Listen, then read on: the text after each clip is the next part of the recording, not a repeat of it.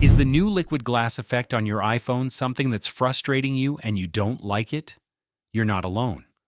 A lot of users are wondering how to turn it off or where this setting even is. In this video, I'll show you exactly how to disable the liquid glass effect on your iPhone step by step so your screen looks normal again. Let's start by opening our Settings app on iPhone, and then you'll want to open the General section and Software Update right here. A very important thing that we need to do is to make sure we're running iOS 26.1 or later, because Apple has added the option to disable liquid glass in this specific software update.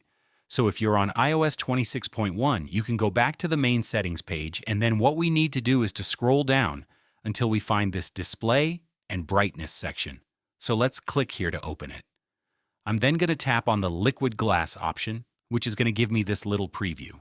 Currently, it's set to clear for me, but in order to turn it off, just tap on Tinted, and then the feature will be disabled. If you found this video useful, then please make sure you leave a like on the video, and I will see you in the next one.